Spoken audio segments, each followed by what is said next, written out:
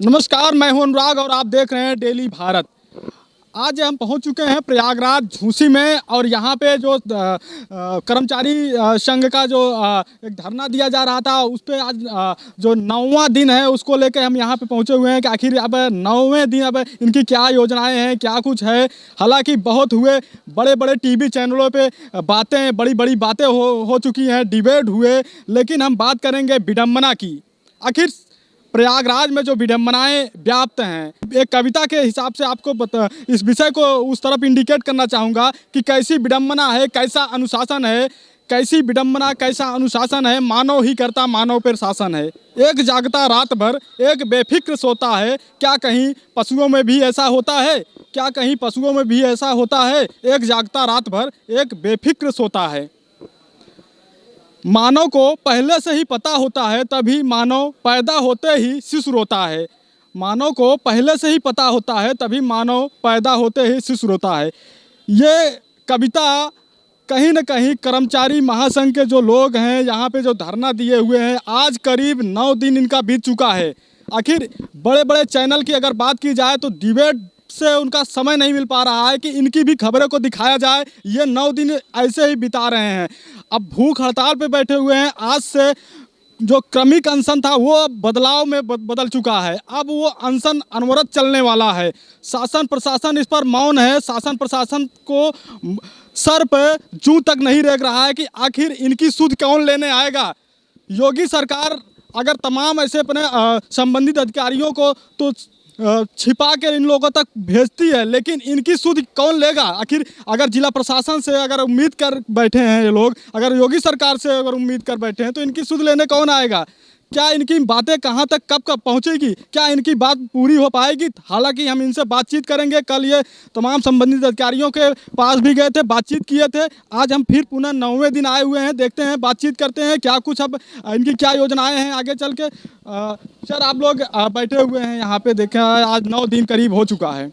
ऐसे में देखा जाए तो अब क्या योजनाएं हैं। अब अनशन बड़े पैमाने पे अपना रूप लेने वाला है। सर, लग रहा है कि कोई किसी प्रशासन कोई सुन ही नहीं रहा है हम लोगों का। हम लोग 9 दिन से बैठे हैं यहाँ, कोई ना तो बात करने आता है ना तो कोई देखने आता है, और सारे भूखे प्यासे जो है यहाँ पे मर रहे हैं। और हम लोग आज 5 दिन से हम लोग एक कठोर कदम उठाया है कि हम लोग अब पानी पी कर ही 5 लोग भूख हड़ताल को करेंगे। और सरकार को मैं आवाज़ पहुँचाना चाहता हूँ कि हमारी मांगों को पूरी की जाए और रोजी रोटी और रोज़गार दे। जैसा कि सरकार कहती है कि मैं रोज़गार दे रहा हूँ, लेकिन यहाँ तो बेरोज़गार हो रहे हैं। 500, 400, 500 कर्मचारी जो है ये भूख हड़ताल में बैठे हुए हैं, उनको रोजी रोज़गार छिन रहा है। तो सरकार की जो वादे किए गए हैं वो तो इस तरह से विफल हो रहा है।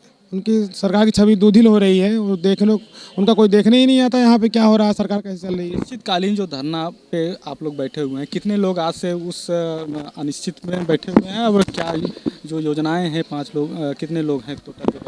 हम आज 5 लोग जो है पानी पीकर ही अनिश्चितकाल के लिए बैठे हुए हैं। उनका नाम है महेंद्र प्रताप और अनिल कुमार, संजय सिंह यादव और रवि पाल और विकास यादव। ये 5 लोग हैं। ये पानी पीकर ही अनिश्चितकाल के लिए बैठे हुए हैं। अभी 24 घंटे पानी पीकर रहेंगे। जब तक सरकार अपनी सुनती नहीं तब तक हम लोग पानी पी कर ही रहेंगे। क्या नाम है आपका? मेरा नाम संजय सिंह यादव है। मैं शाखा मंत्री, सेंट्रल यूनियन ऑफ कर्मचारी संघ। ये तमाम और लोग हैं हमारे साथ। इस समय हम यहाँ पे हैं, मौजूद हैं, तो प्रत्यक्ष में हम कुछ चीज़ और बातें करेंगे कि आखिर जो अब मुहिम है वो दिन ब दिन बढ़ता जा रहा है। आखिर इनकी सुध लेने के लिए प्रशासनिक अधिकारी, संबंधित अधिकारी नहीं सुध ले पा रहे हैं। सर, आपसे जानेंगे अब जो अगला कदम होने वाला है। 5 लोग तो अनशन में बैठ चुके हैं, ऐसे तमाम लोग हॉस्पिटलाइज भी हो चुके हैं। संबंधित अधिकारी इस विषय को सुन नहीं रहे हैं। योगी सरकार तक भी बात पहुँचाई जा रही है, लेकिन कोई जूँ तक नहीं रह रहा है। तो अब क्या लग रहा है आपको, कैसे मांग पूरी हो पाएगी? सर, जो है सरकार की विज्ञापन बराबर निकलता है कि हम रोजगार दे रहे हैं, और रोजगार दे रहे हैं उसमें जो है ठेकेदारों के माध्यम से दे रहे हैं और तमाम जो है सेवा योजन कार्यालयों के माध्यम से दे रहे हैं। लेकिन ये 500 कर्मचारी और इनके परिवार जोड़ लीजिए तो कितना होता है। ये भूखमरी के कगार पर आ गए हैं। रोजगार ये छीन रहे हैं या रोजगार दे रहे हैं, समझ में नहीं आता है। ये जितने हमारे कर्मचारी बैठे हुए हैं, आज 9वां दिन है, तो हम लोग की मांग यही है कि जो रोज़गार आप देना चाहते हैं तो 265 जगह जो परिचालक की इलाहाबाद में लिकड़ी हुई है तो उसमें समायोजित करिए और चालकों को डिपो में रखिए, क्योंकि इनकी जो है प्रतिभूत धनराशि यानी सिक्योरिटी कहते हैं, वो डिपो में है। आप आरम साहब ने जो है इनकी भर्ती इलाहाबाद में लिया, फिर दूसरी ट्रेनिंग जो है कानपुर में लिया।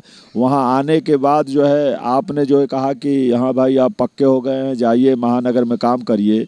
महामारी कोई भी रही हो, कोरोना काल हो या त्यौहार हो, आपकी ज़रूरत पड़ती है, गोरखपुर भेज देते हैं इस महानगरी गाड़ियों को। पूरा कंट्रोलिंग आपके पास है, आप अपॉइंटमेंट अथॉरिटी चालक परिचालक हैं, इनको एडजस्ट करिए। अगर नहीं करते हैं तो हम लोग जो है जो क्रमिक भूख हड़ताल चल रही है, जो 5 लोग पर डे बैठते हैं, इस आंदोलन को अब हम लोगों के पास चारा यही है कि अपने परिवार के जो महिलाएं हैं, बच्चे हैं, वो मर रहे हैं, यहाँ भी वो बैठेंगे, वो भी भूख हड़ताल पर बैठेंगे।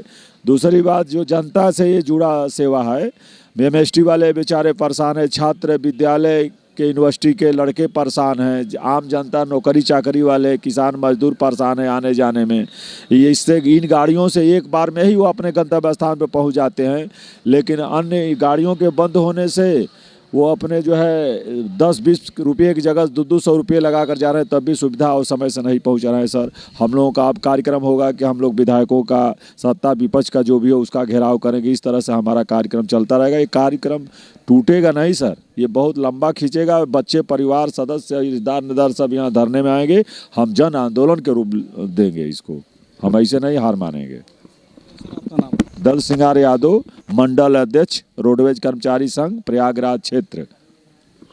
देखिए, जो बातें हो रही हैं कि कहीं ना कहीं इनकी जो मांग है वो जायज़ है, लेकिन सरकार की जो एक रवैया है वो ढुलमुल रवैया समझ में नहीं आ रहा है कि उनके सर पे जूं क्यों नहीं रेंग रही है। आखिर ये इनकी भी तो एक समस्या है। योगी सरकार तो तमाम दावे करती है कि हमने समाज जो विकास के दायरे में जितने भी काम होंगे वो पूरा करेंगे। किस तरीके से इनकी समस्या को कौन सुध लेने आएगा?